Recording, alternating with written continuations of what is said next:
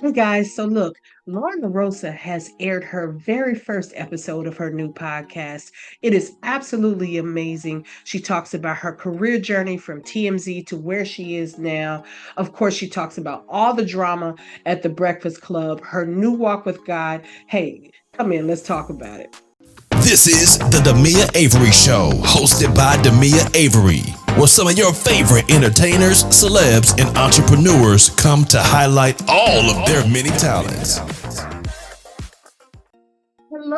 Hello, everyone. This is Demia Avery with the Demia Avery Show, and thank you for joining me once again on the entertainment news. If you haven't subscribed yet, make sure you subscribe right here on YouTube to see all the entertainment news that's going on today. If you're joining me anywhere else on social media, make sure you like and share. So, we're going to get right into the entertainment news. And as you know, we're going to get into Loren LaRosa of the Breakfast Club. So, y'all know I'm old. I gotta get my notes. So I gotta get my notes. So if you're not familiar with what's who Loren LaRosa is, if you're not familiar, you might have been living under a little bit of a rock, but it's okay. Um, Basically, Loren LaRosa is a producer over at the Breakfast Club, and what happened is you have Charlemagne the God, you have DJ Envy, and then you have Just Hilarious, the female that's over there, over at the Breakfast Club. And so Just Hilarious get pregnant. She has to go out on maternity leave. And basically, what happens is when she goes out on maternity leave, he asks Lauren, could she fill in for her? And to make a long story short, Lauren says yes. And again, Lauren is a producer on the show. Lauren comes in and does an amazing job. So amazing that basically people started taking notice. The public takes notice as well as the people, I guess, in the office at the station starts taking notice as well. And when Jess comes back, Jess is like, "What's up?" Because it looks like Lauren LaRosa has taken her job. And I can't lie. Lorna Rose says she's a journalist. So for what that segment was for, Lauren was doing an excellent job. Jess brings something also to the table for that segment, and she basically reports on like celebrity news and entertainment news and things like that. And she brings a comedic side to things, but I think it's what your preference is. But I cannot lie.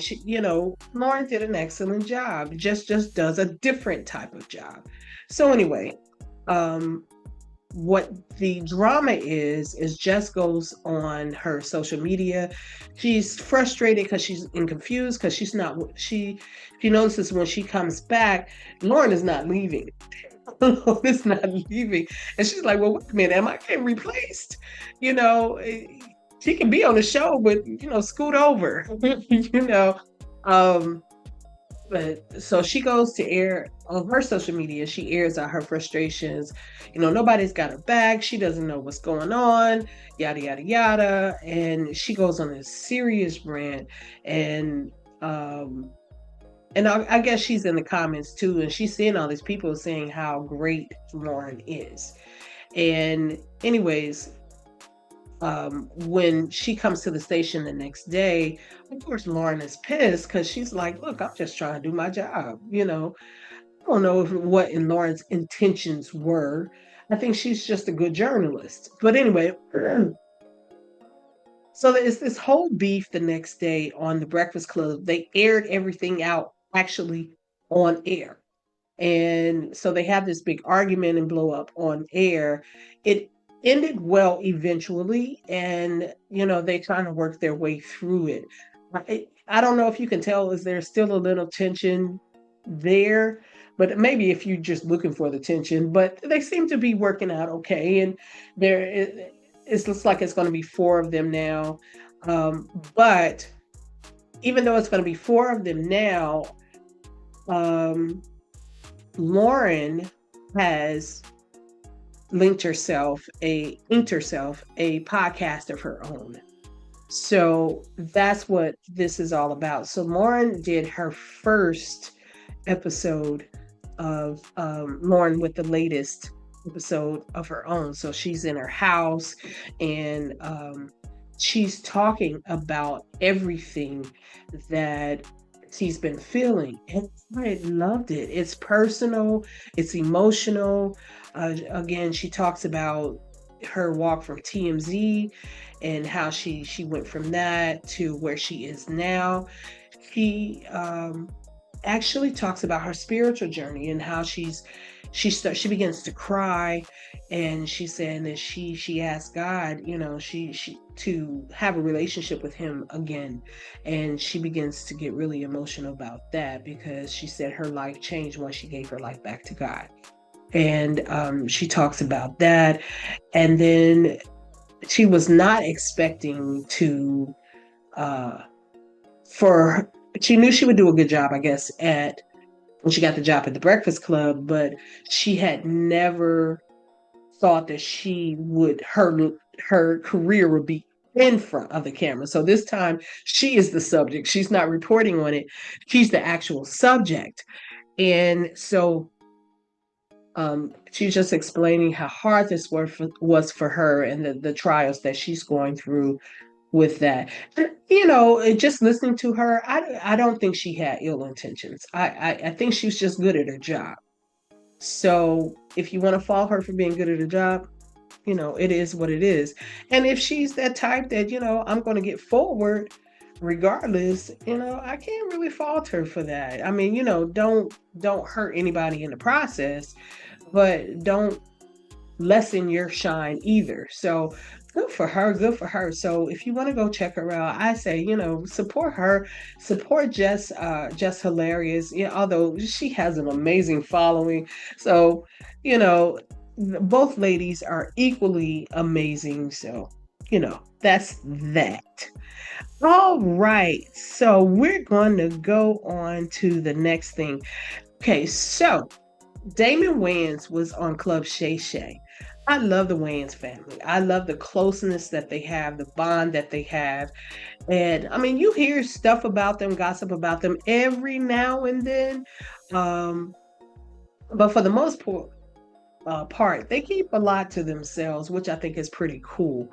Damon Wayans had a very candid interview with Shannon Sharpe. And he said a lot of interesting things. Of course, he talked about family, he talked about rivalries, he talked about his career, he talked about how he grew up, his religion, and how he's doing now. But one of the things I thought was really, really, really interesting, growing up, he has a club foot. And so Shannon Sharpe asked him a question towards the end of the interview. During the 90s, when Damon Wayans was really, really, really at the peak of his career, what was life like for him? And he said, like a woman, well, please don't quote me, but it was something like a woman that was on her period. I was like, well, what the heck does that mean? What does that mean? And he was just trying to say no one sees you bleed. And I was like, okay, that's kind of, let me take a sip of water, y'all. My sinus is, and you all often think that people, when they're on the top of the world, that they're having this great time. And times it's extremely stressful. So not only, of course, I'm sure he had a lot of people asking him for money and all the pressures that come with the being a celebrity. But he was saying his club foot. And I was like, well, what does that mean? And he says he's in constant pain. He's always in constant pain. So Shannon was asking me, did you ever try to get it fixed or, you know, surgeries, or did you talk to the doctors about it? And he said he didn't want to. And I was like, okay, why? And let me make sure I say this right. He said, because having the club foot has brought him through a lot. And he said the pain reminds him to be grateful. He said if he didn't have the pain, he wouldn't have this edge that he has about him. He wouldn't have his perspective on life. He wouldn't have that fire that's in him. I guess it's the pain reminds him to, gives him that extra oomph. And I just thought that was amazing to turn pain into power. So again, let that be a lesson to you. Let that be a lesson to you. And you never know what people go through every day. You never know what people go through every single day. So shout out to Damon Wayans and his amazing self. Now, this next story I was so excited about. This is a hood movie, hood movies. Ice Cube, Ice Cube. Guess what, y'all? Ice Cube closes the deal for the fourth Friday movie. Yes, yes, yes, yes. It's going to be called Last Friday. So it says, let's see, according to, was this to Deadline Magazine? I'm not sure what source I got this out. Excuse me. But Ice Cube closes a deal for the fourth Friday movie titled Last Friday to be developed by New Line and Warner Brothers. Um, he's been vocal about wanting to bring the franchise back, but has struggled to reach an agreement with the studios regarding the rights to the franchise.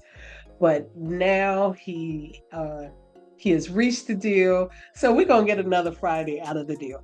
Really wish he would bring Chris Tucker back. Do you? I mean, I don't know what Chris Tucker is doing these days, and I don't know if is Ice Cube is going to pay Chris Tucker what he's worth.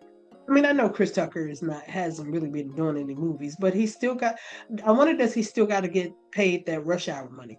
Well, he ain't never get paid. He ain't never paying him that Rush Hour money, but what he's worth with that, if you kind of understand what I'm saying. So, because I don't think he got hardly paid nothing when he did Friday. But it was such a long time ago. But um I would just love to see him do it just for kicks and giggles. It would just be great to have him at least appear as like a cameo. That would be cool. Maybe not be the total focus, but come in and do a cameo in the movie. That would be fun. So shout out to Ice Cube.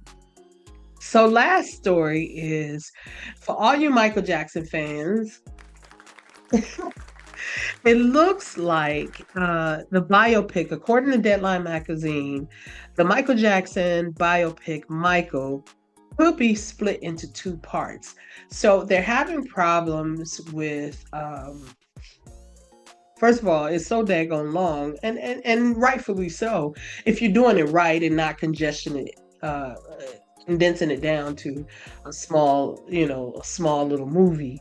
But they say it was supposed to be released October 3rd, but they're probably not going to be able to do it because they said they have so many sign-offs that have to be done with Universal handling overseas and in Japan. And because it's a concert-like movie, they need access to a lot of IMAX screens. So I don't know what that entails and what the preparation is for that, but you know, and then they said something about it being a near 4 hour cut. So I don't know too many people. I love Michael Jackson, but I'm not sitting in the theater for 4 hours. I mean, I'm gonna need a break.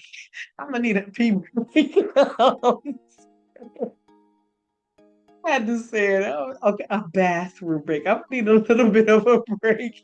So, you might need a part two for me. Was that vulgar? So sorry, but yeah. So I'm gonna need a little break in between to go cook something, something. But I love Michael Jackson. I'm glad they're doing the movie. I'm glad they're gonna do it right and not just condense it down because that's hard, especially if you're starting from Gary, Indiana, from the very beginning, and really get into the intricate details of his life. If you get into the nitty gritty, you need a little more than an hour and a half. Hour and a half. So I'm excited that they're gonna do it, and we'll see how it goes. I hope they get the right casting to do it. So, anyways, that's it for today's entertainment report. Please make sure that you subscribe if you haven't already subscribed. Hit that like button. Please hit that like button. Did I say hit that like button? Share this video. I love you, love you, love you. Talk to you next time. And hey, don't forget to go to look at my other YouTube YouTube videos to look at some of my interviews. Look at some of the, I also interview entrepreneurs as well. So go check it out. Love you, love you, love you guys. Talk to you later.